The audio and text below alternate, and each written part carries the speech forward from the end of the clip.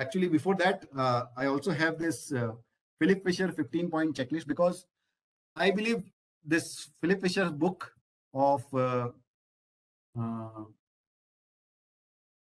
Common Stock, Uncommon Profit is a very, very underrated book.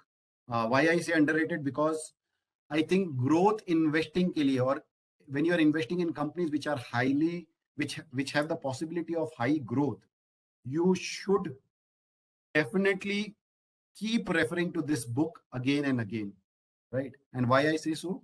Because यहाँ पे एक 15-point checklist Philip Fisher has already prepared for us, and I may be wrong, but I have never come across any company which have ticked on all the 15 parameters. So that is why it is the Bible. तो आप कोई भी growth company अच्छी देख रहे हो ना, I think it makes sense to do some mental checklist. अगर एक बहुत ही हाईली ग्रोथ कंपनी दिख रही है, something which is something in the new business, ठीक है, always try to do that. So we try to do that for RateGain. Does the company have products or services with sufficient market potential? Yes, we have discussed that in the presentation. Does the management have a determination to continue develop products? They have already demonstrated that in the recent acquisition, and then integrating that acquisition and also turning around those loss-making businesses, right? How effective are companies' research and development efforts? We are seeing, as we saw in that chart, in their whole 18-year journey, how they have kept on reinventing themselves and evolving in the new technology, right? So that is where also, does the company has an above average sales organization? We would like to believe yes. I would not say a resounding yes, but we would like to believe yes, because that is how they are entering into an area which is, so this is a company which is predominantly India operated, and they have been able to capture market share in other geographies. That goes a lot to say about their sales organization. Does the company have a worthwhile profit margin? Of course, profit margin, when the book was written, he might have thought about PAT margin. But when you are considering a company like RateGain, and when we are discussing in a world where we are evaluating SaaS-based models, you have to look at not profit from that net profit margin, but you have to look at gross margin. You have to look at how those SaaS metrics fare well for this RateGain and all. And so on those metrics, as we have discussed earlier, it is already doing well. What is company doing to maintain or improve its profit margin? As we discussed earlier, non-linear growth. How it will maintain or improve the profit margin? Incremental growth के लिए उनको incremental capex नहीं करना पड़ेगा, या incremental capex जो होगा which will be very low compared to their incremental revenue. The only capex they will be doing will be when they acquire new companies, right? So अगर steady state में आज अगर आप RateGain का growth chart, just imagine, we don't believe in Excel model and projecting the thing, but if you take a DCF frame of mind and understand, अगर यही state में RateGain grow करती है, what they are saying, and that was organic growth guidance, not inorganic growth. So just look at how their balance sheet and how their margins will look 3 to 5 years out, right? So यहाँ पे भी click हो गया.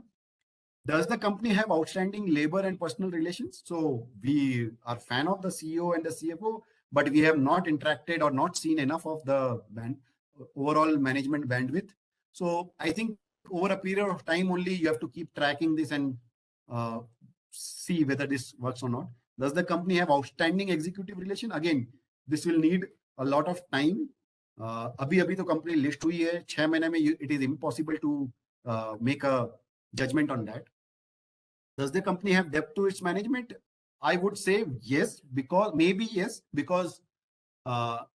it takes a lot of management bandwidth and skill set to change the DNA of a company which was always a bootstrap, organic-led company, to completely change from that to become an acquisition-friendly company and continue to do not 1 but 3 acquisition in a very positive way, which has enhanced the value of the company. So that is why I would say the management depth is probably very good.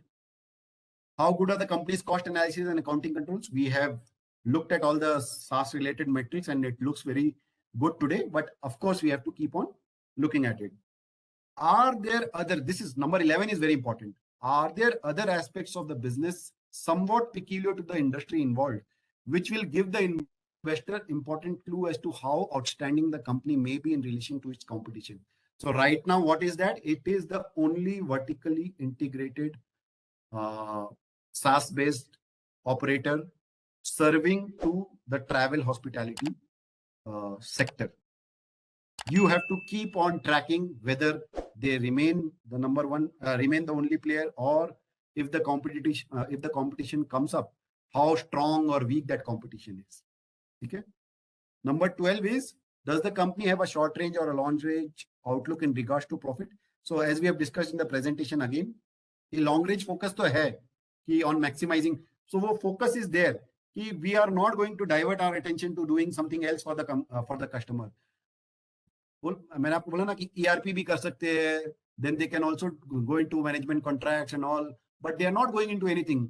Simple focus clear है, maximize revenue potential by making sure that three things: acquiring customer, retaining customer, and number 3 is increasing the wallet share from those customers, right?